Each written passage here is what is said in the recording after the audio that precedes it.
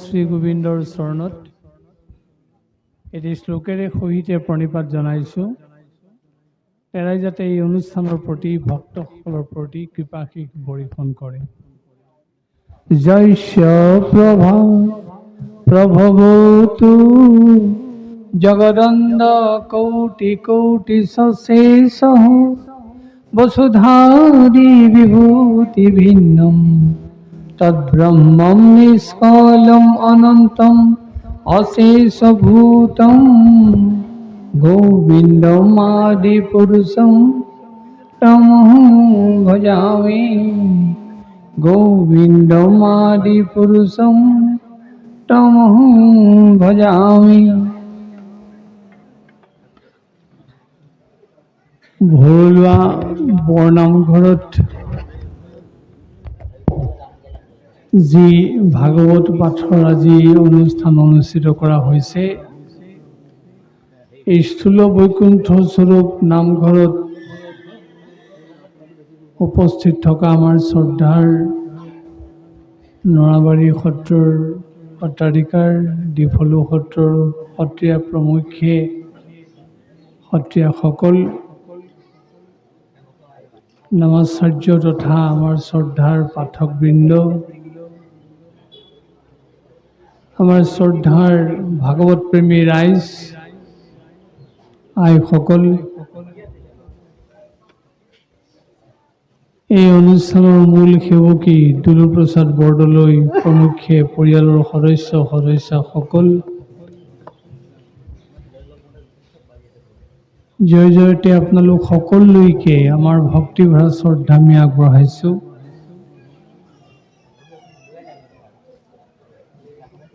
আজি এই নামঘৰত ৰাইজে যি ভাগৱত শ্ৰৱণ কীৰ্তনৰ অনুষ্ঠান অনুষ্ঠিত কৰিছে, এই অনুষ্ঠানত আমি নিজেই উপস্থিত হ'বলৈ পাই কৃতাৰ্থ মানিছোঁ। আমাৰ অসমৰ গাঁৱে ভূঞে ভাগৱত শ্ৰৱণ কীৰ্তন হৈ থকা এটা পৰম্পৰাত পৰিণত হৈছে। তাৰ মাজতে কোনোবাই কেতিয়াবা দুৰ্যোগৰ সন্মুখীন হ'লে ভাগৱত শ্ৰৱণ কীৰ্তনৰ অনুষ্ঠান কৰে। আজিও ঠিক তেনেদৰে এগৰাকী সেৱকীয়ে ৰাইজক লগত লৈ এই অনুষ্ঠানৰ আয়োজন কৰিছে। আমি সেই সেৱকগৰাকী প্ৰমুখ্যে সমূহ ৰাইজৰ কল্যাণৰ অৰ্থে গোবিন্দৰ চৰণত প্ৰাৰ্থনা জনাইছোঁ। গোবিন্দই যাতে সকলোকে সৰ্বপ্ৰকাৰে কৃপা কৰে।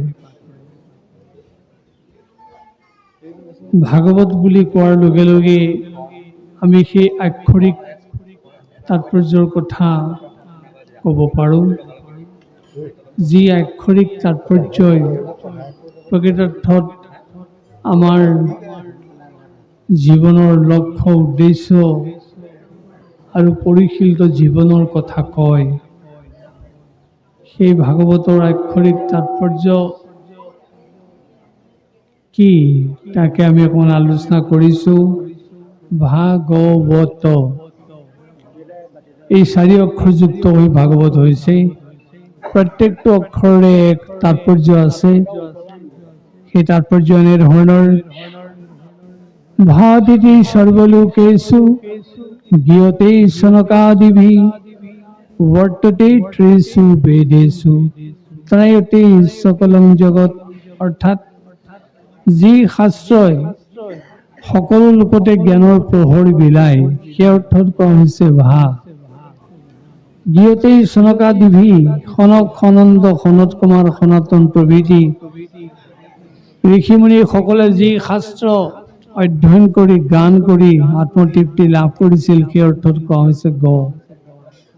বৰ্ততে ত্ৰিষু বেদেষু, ঋক, যজু, সাম, এই 3 বেদৰ তত্ত্ব যি শাস্ত্ৰত বৰ্তি আছে, নিহিত হৈ আছে, সন্নিবিষ্ট হৈ আছে, সেই অৰ্থত কোৱা হৈছে ৱ। ত্ৰয়তে সকলং জগত, যি শাস্ত্ৰই সকলোকে ৰক্ষা কৰে, ত্ৰাণ কৰে, সেই অৰ্থত কোৱা হৈছে ত। এতিয়া আমি নিশ্চয় সকলোৱে অনুভৱ কৰিছোঁ ভাগৱত আমাক কিয় লাগে? কাৰণ আমাৰ হিৰৈ ক্ষেত্ৰখন জ্ঞান আলোকে আলোকিত হ'বই লাগিব। আৰু এই জ্ঞান দিয়াৰ প্ৰকৃত শাস্ত্ৰখনেই হৈছে ভাগৱত।